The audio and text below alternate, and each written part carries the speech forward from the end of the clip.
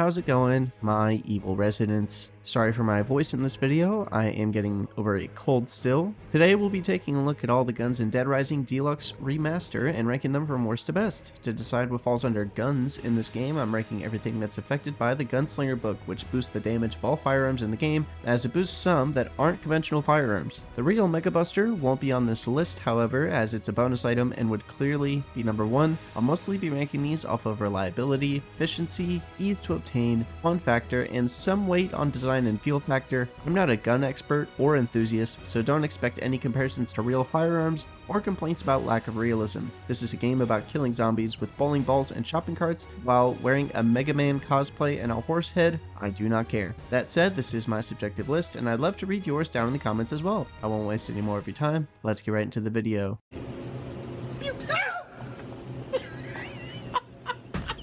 The water gun is categorized as a toy and normally non-lethal, but with the Gunslinger book becomes a 2 to 3 hit kill and is essentially a weaker pistol. It can be obtained in Child's Play in Paradise Plaza as well as various cardboard boxes around the mall. While it's never going to be a go-to option, as it's still worse than other firearms and it requires a magazine to actually do damage, it is a ton of fun to use. Unfortunately, it does not take advantage of the book that lets you do 3 times more damage with toys. If it did, that would be incredibly awesome, and they should have had it do that, but oh well. Overall, very fun and good for stunning survivors, but it's outclassed by basically everything else. Hello?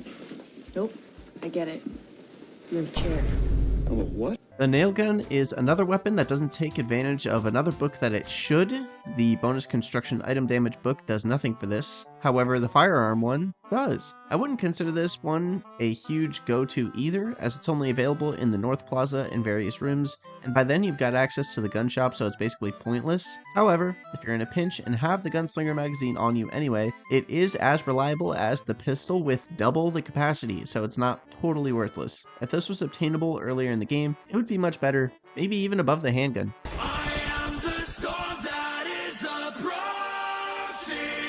The handgun is by far the most common gun in this game, but to offset that, it is also the shittiest conventional firearm in the game. The main story hands you like 3 of these right at the beginning. They're found on roaming cop zombies pretty often, and they're in the gun shop in the North Plaza. You'll be struggling not to find one of these in the mall, and for that, I put them here. If you need a firearm ASAP for some reason, this one is always going to be around. It's reliable at killing with headshots, kind of weak on survivors, but still usable, and overall, just clearly meant to be the starter firearm. What? What you said before. I'm a chair. Yeah, but I don't want a chair, I want a table. The sniper rifle is surprisingly good up close, but is best used at a distance in survivor fights where they tend to run away or keep distance. It can be obtained from the gun shop, of course, but is also obtainable in the Hall family fight, which is, coincidentally, one of the best places to use it. This game has very few ranged fights that warrant something with a scope, and overall feels pretty limiting to use even if it does do pretty good damage. You can hip fire this in close quarters fights if you need to, and it will hit them, but you're better off using most any other firearm or a melee weapon for that. Overall, has niche uses, but doesn't excel in any way in regular close quarters gameplay. Lost my shotgun!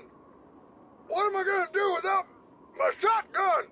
The shotgun does a lot of damage, given it's a shotgun, but less than you'd think, given how shotguns usually perform in zombie games. It can be obtained in the gun shop, the entrance plaza prologue, and from a couple of the survivors in the game. The weapon sounds and feels like it should be a great way to cut through hordes of zombies, but it's actually much better against people. It does a lot more useful damage to them, as most melee weapons will cut a horde down faster than this will, and it stuns humans pretty reliably. I'd mostly recommend this for survivor and psychopath gunfights, but it is still useful for zombies, just not more so than lots of the melee weapons in the game.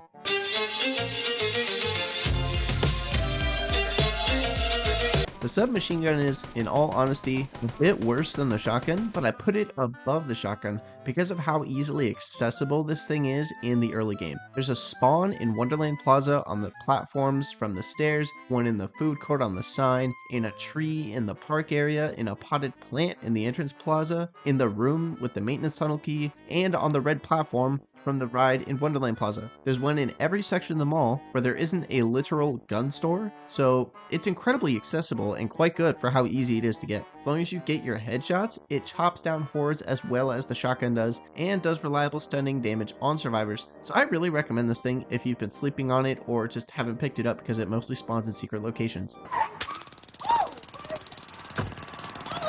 I'll get you, bitch. The stun gun is obtainable from cardboard boxes, the movie theater, and from Joe Slade, one of the psychopaths. This thing is honestly incredible against psychopaths and survivors. It's way too slow to be useful with zombies, as you can only really take out one at a time, and if there's a big horde, it's going to take you forever, and you'll probably get grabbed. But there's not many things I'd recommend more for fighting humans than this. It stun locks and does loads of damage. It's a bit unreliable to find until you beat Joe, but once you do, it's worth keeping on hand for sure. Plus, one of the cardboard boxes on the rooftop in Infinity mode always spawns this. It's right by the elevator, right by the vent entrance to the security room. It's always going to drop a stun gun, and that is very handy for taking out your first couple of survivors or psychopaths in Infinity mode. Seriously, if you haven't tried this thing out, go do it. It is hilariously effective.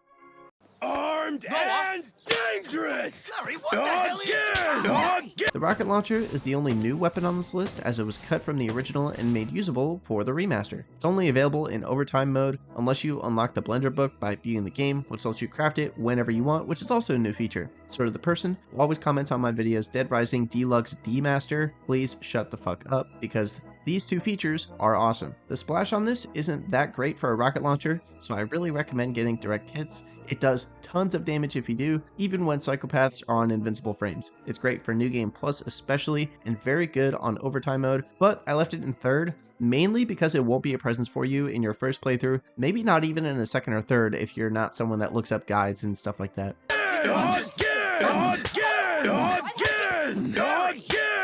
The heavy machine gun is a non-storable heavy weapon that is obtained by beating the prisoners in the park area and from cardboard boxes in Infinity mode. It is honestly incredible and by far the most effective weapon in this game with how fast it fires, how much damage it does, and how early in the game you can get it. However, I put it in second for one particular reason: you cannot store it. So every time you need to switch to something else or eat food, you gotta drop it and pick it back up, which gets very, very tedious. Especially if you're using this on Infinity mode with infinite ammo, it is very annoying. It is the only drawback of this otherwise incredible item. I know the prisoners can be tough to fight on a first or second run, but I really recommend trying to take them down to get this gun. It is genuinely very helpful to have. Also, it's badass. It's so badass.